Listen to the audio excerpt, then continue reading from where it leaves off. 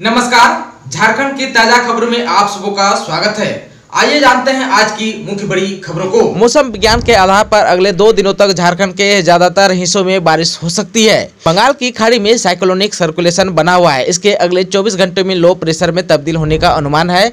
Low pressure के सक्रिय रहने तक बारिश जारी रहेगा। 7 सितंबर को राज्य के ज्यादातर हिस्सों में हल्के से मध्यम दर्जे की बारिश की संभावना जताई गई है। इसके बाद 8 और 9 को भी राज्य के अलग अलग हिस्सों में बारिश होगी। पूरे हफ्ते थम थम कर बारिश होने का आसार है। झारखंड के उत्तरी छोटानागपुर और संथाल परगना प्रमंडल के जिलों में बारिश होगी।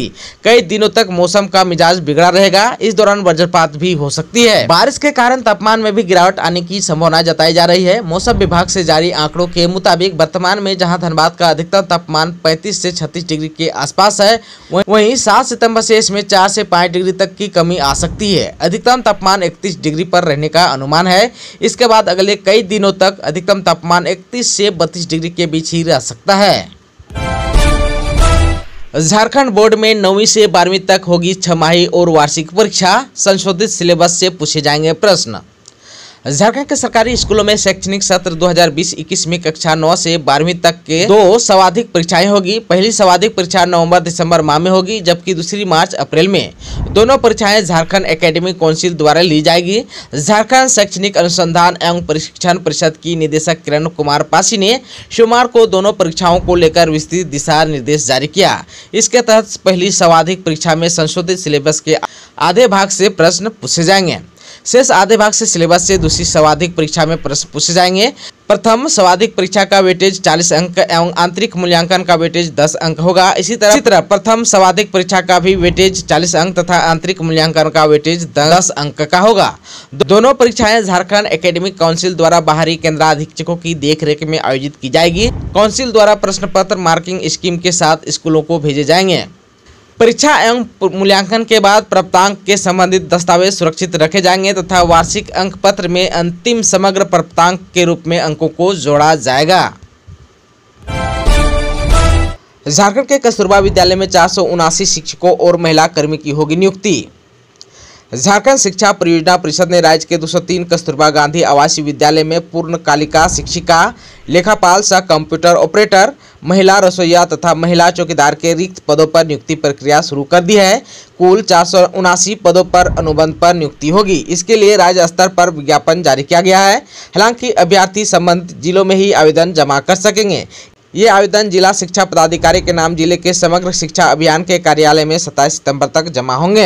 आप सबको बता देना चाहता हूं कि पूर्णकालिक शिक्षिकाओं की नियुक्ति के लिए बीएड के साथ साथ कक्षा 6 से 8 के लिए शिक्षक पात्रता परीक्षा उत्तीर्ण होना अनिवार्य है। आप सबको बता देना चाहता हूं कि इन सभी पदों पर नियुक्ति जिला स्तर पर उपायुक्तों की अध्यक्षता वाली चयन समिति द्वारा की जाएगी। सभी प्रकार के पद महिलाओं के लिए आरक्षित हैं। झारखंड के सबसे बड़े जलापूर्ति योजना से बुझेगी संथाल परगना की प्यास। झारखंड में मार्च महीना शुरू होते ही जल संकट की स्थिति उत्पन्न हो जाती है। कई जिलों में तो लोगों को पीने के पानी के लिए भटकना पड़ता है।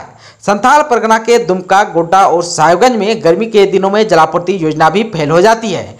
नदियां सूख जाती है। संथाल परगना में जब तक बारिश नहीं होती तब तक करीब 5 महीने लोगों को पीने के पानी के लिए मशक्कत करनी पड़ती है। संथाल परगना को जल संकट से उबारने के लिए झारखंड में अब तक की सबसे बड़ी जलापूर्ति योजना पर पेयजल एवं स्वच्छता विभाग पर काम किया जा रहा है। भविष्य में इस योजना से देवघर और जामताड़ा को भी जोड़ा जाएगा।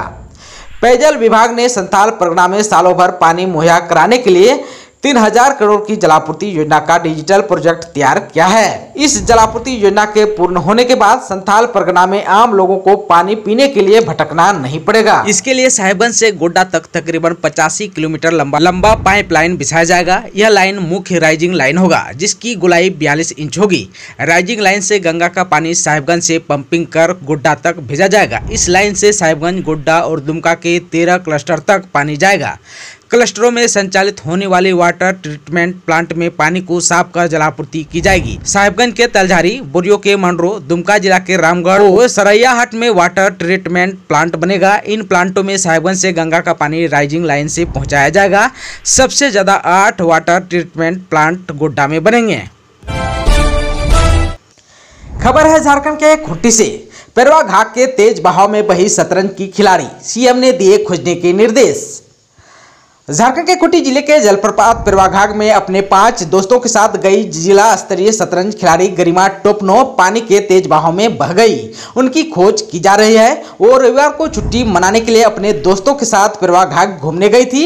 इस दौरान ये हादसा हो गया। इस हादसे को लेकर गरिमा के दोस्तों ने बताया कि वो रांची के बहु बाजार में रहकर women and gender resource centre और झारखंड जन अधिकार महासभा नाम के गैर सरकारी संगठन में काम करती है। उन्होंने आगे बताया कि गरिमा पानी के बहाव को समझ नहीं पाई और फिसल गई और अचानक वे ओझल भी हो गई, जिसके बाद उन्होंने पुलिस को इस बारे में सूचना दी। मौके पर पहुंची पुलिस ने स्थानीय पर्यटक मित्रों की सहायता से गरिमा की तलाश की, लेकिन उन्हें भी सफलता नहीं मिली। बता दें कि गरिमा जमशेदपुर के बिरसा जोन नंबर 2 की रहने वाली है। इस मामले को लेकर मुख्यमंत्री हेमंत सोरेन ने भी निर्देश जारी कर दिया है। उन्होंने उपायुक्त शशि रंजन को गरिमा को खोजने का निर्देश दिया है। झारखंड विधानसभा मानसून सत्र के दौरान दूसरे दिन जमकर हुआ हंगामा। रिपोर्टिंग टेबल पर चढ़ गए बीजेपी विधायक। झारखंड विधानसभा के मानसून सत्र के दूसरा दिन हंगामेदार रहा। सदन के अंदर से लेकर सदन के बाहर तक बीजेपी विधायकों का विरोध जारी रहा। विधानसभा भवन में नमाज के लिए अलग से कमरा आवंटित किए जाने से नाराज बीजेपी विधायकों ने पहले सदन के बाहर हंगामा किया। इसके बाद सदन की कार्रवाई शुरू होते ही सदन के अंदर भी जमकर हंगामा किया। विरोध के दौरान कई बार बीजेपी विधायक बेल के पास पहुंच गए तो कभी रिपोर्टिंग टेबल पर चढ़कर अपना विरोध जताया। बीजेपी विधायकों द्वारा किए जा रहे हंगामे को देखते हुए स्पीकर को 2 बार सदन को स्थगित करना पड़ा। आप सबको मालूम हो कि इससे पहले भी सत्र के पहले दिन 3 सितंबर को बीजेपी विधायकों ने जमकर हंगामा किया था। झारखंड में छोटे किसानों को लोन देने के लिए खास ग्रुप बना रहा है नाबार्ड। खेती के लिए आसानी से ले सकेंगे 50,000 का लोन। झारखंड के छोटे किसानों और खेतिहर मजदूरों को अब बैंकों से आसानी से छोटा लोन मिल जाएगा। राष्ट्रीय कृषि और ग्रामीण विकास बैंक यानी नाबार्ड इनकी मदद के लिए ज्वाइंट लायबिलिटी ग्रुप यानी कि JLG का दायरा बढ़ाने का फैसला किया है। इसका सबसे बड़ा फायदा यह होगा कि छोटे जोत वाले किसान भी अब बैंकों में जाकर आसानी से छोटा लोन ले सकेंगे। नाबार्ड द्वारा सरकारी बैंकों के साथ ही निजी और NBFC यानी छोटे स्तर के बैंक को भी शामिल करने को लेकर उनके साथ एग्रीमेंट किया जाएगा। झारखंड के सीएम हेमंत सोरेन ने पीएम मोदी को लिखा पत्र। 15वें वित्त आयोग का 312 करोड़ जारी करने की लगाई गुहार। झारखंड के मुख्यमंत्री हेमंत सोरेन ने प्रधानमंत्री नरेंद्र मोदी को पत्र लिखकर 15वें वित्त आयोग का 312 करोड़ रुपए झारखंड को जारी करने की गुहार लगाई। उन्होंने पत्र में कहा कि प्रधानमंत्री से आग्रह है कि 15वें वित्त आयोग द्वारा झारखंड के लिए वर्ष 2020-21 में अनुशंसित 312 करोड़ रुपए अग्रतर वर्षों के लिए राशि विमुक्त करने के लिए महिला और बाल विकास मंत्रालय को निर्देशित करने की कृपा करें। सीएम ने लिखा कि इससे कुपोषण से जंग लड़ रहे ST और SC बाहुल राज्य को काफी सहयोग मिलेगा। खबर है झारखंड के गढ़वा से। गढ़वा के गांव में बिजली की समस्या होगी दूर। सीएम हेमंत सोरेन ने पावर सब स्टेशनों का किया उद्घाटन। झारखंड के गढ़वा जिले के ग्रामीण क्षेत्रों में बिजली की समस्या झेल रहे लोगों को अब इंतजार समाप्त हो गया। जिले के रमना प्रखंड के भागोडी में बनकर तैयार मेरार ग्रिड सब स्टेशन का उद्घाटन सुबह के मुख्यमंत्री हेमंत सोरेन ने किया। साथ ही जिले के भवनाथपुर ग्रिड एवं पलामू जिले के छतरपुर ग्रिड का भी शिलान्यास उन्होंने किया है।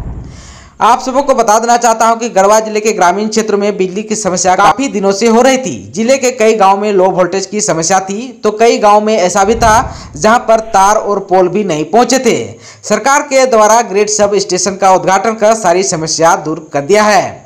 आप सबको बता देना चाहता हूं कि मुख्यमंत्री हेमंत सोरेन ने रांची से ही ऑनलाइन उद्घाटन किया। उस समय गढ़वा के विधायक सह सरकार में पेयजल एवं स्वच्छता मंत्री मिथिलेश कुमार ठाकुर उद्घाटन स्तर पर पहुंचे थे। इन सभी पावर सब स्टेशनों का मुख्यमंत्री हेमंत सोरेन ने रांची से ऑनलाइन उद्घाटन एवं शिलान्यास किया।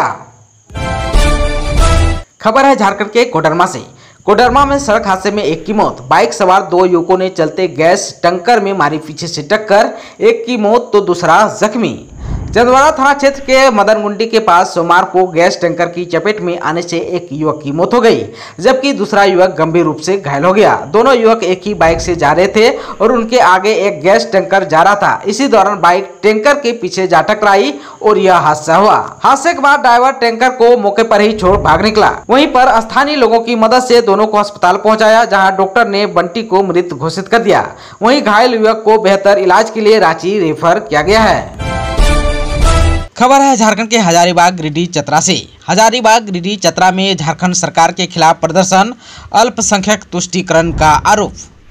सदन में नमाज के लिए अलग से कमरा देने को लेकर बीजेपी पूरे प्रदेश में झारखंड सरकार के खिलाफ प्रदर्शन कर रही है। इसी के तहत हजारीबाग, गिरिडीह, चतरा में राज्य सरकार के खिलाफ प्रदर्शन किया गया। हजारीबाग पुराने समाहरणालय के समक्ष जिला अध्यक्ष अशोक यादव के नेतृत्व में सोमवार को हजारीबाग भाजपा ने झारखंड सरकार और विधानसभा अध्यक्ष के खिलाफ विधानसभा में नमाज अदा करने के लिए कमरा आवंटित किए जाने के खिलाफ 1 दिवसीय धरना प्रदर्शन किया। उन्होंने कहा कि विधानसभा भवन में हेमंत सरकार और विधानसभा अध्यक्ष के द्वारा नमाज अदा करने के लिए अल्पसंख्यक विधायकों को कमरा आवंटित किया गया है, जिसे लेकर हजारीबाग के साथ झारखंड के भाजपा कार्यकर्ता सहित बहुसंख्यक वर्ग के लोगों में आक्रोश है। सदस्य बटेश्वर मेहता ने कहा कि जब तक सरकार और विधानसभा अध्यक्ष इस नोटिफिकेशन को वापस नहीं लेती तब तक प्रदर्शन जारी रहेगा। खबर है झारखंड के पलामू से। पलामू में साल भर नहीं टिक सका आवासीय विद्यालय का छज्जा गिरने से आधा दर्जन छात्राएं घायल, 4 की हालत गंभीर। झारखंड के पलामू जिले में स्थित कस्तूरबा गांधी बालिका आवासीय विद्यालय परिसर में नवनिर्मित हॉस्टल का छज्जा गिरने से आधा दर्जन छात्राएं घायल हो गई। घटना जिले के हुसैनाबाद अनुमंडल के जपला बुधवा पथ पर स्थित कस्तूरबा विद्यालय की है। घटना के तुरंत बाद घायलों को अस्पताल ले जाया गया, जहां से 4 छात्राओं की गंभीर हालत को देखते हुए उन्हें बेहतर इलाज के लिए मेदिनीनगर रेफर कर दिया गया है। घायल छात्राओं के नाम प्रियंका कुमारी, कुसुम कुमारी, कविता कुमारी, मीरा कुमारी, सरस्वती कुमारी और शोभा कुमारी बताई जा रही है। इनमें से 3 छात्राएं 12वीं और 3 10वीं की है। झारखंड में असंगठित मजदूरों के लिए कल्याण कोष होगा गठित, सामाजिक सुरक्षा नियमावली होगी लागू। झारखंड में पहली बार असंगठित मजदूरों के लिए कल्याण कोष का गठन होगा। इस कोष से असंगठित मजदूरों के कल्याण के लिए कई योजना चलाई जाएंगी। इसका लाभ राज्य के निबंधित असंगठित मजदूरों को मिलेगा। राज्य सरकार ने इसके लिए सामाजिक सुरक्षा नियमावली लागू करने का निर्णय लिया है। इससे संबंधित प्रक्रिया पूरी की जा रही है। प्रस्तावित नियमावली के तहत गठित होने वाले झारखंड असंगठित कल्याण कोष के लिए राज्य सरकार 1 टाइम ग्रांट देगी। साथ ही केंद्र और राज्य सरकार या अन्य संस्थानों से प्राप्त अनुदान, कंपनियों द्वारा सामाजिक उत्तरदायित्व निधि से मिलने वाले दान को भी इस कल्याण कोष में रखा जाएगा। नियमावली में सामाजिक सुरक्षा बोर्ड के गठन का भी प्रावधान है। इस बोर्ड के माध्यम से मजदूरों के लिए कल्याणकारी योजना चलाई जाएगी। कल्याण कोष से अधिकतम 10% राशि का खर्च प्रशासनिक कार्यों पर हो सकेगा। शेष 90% राशि योजना पर खर्च होगी। दोस्तों, चैनल पर आप नए हैं तो प्लीज चैनल को सब्सक्राइब कर बेल आइकन को दबा दीजिए ताकि खबरों का अपडेट आपको मिलता रहे। इसके साथ ही आज के खबरों में बस इतना ही। हमें दीजिए इजाजत। नमस्कार।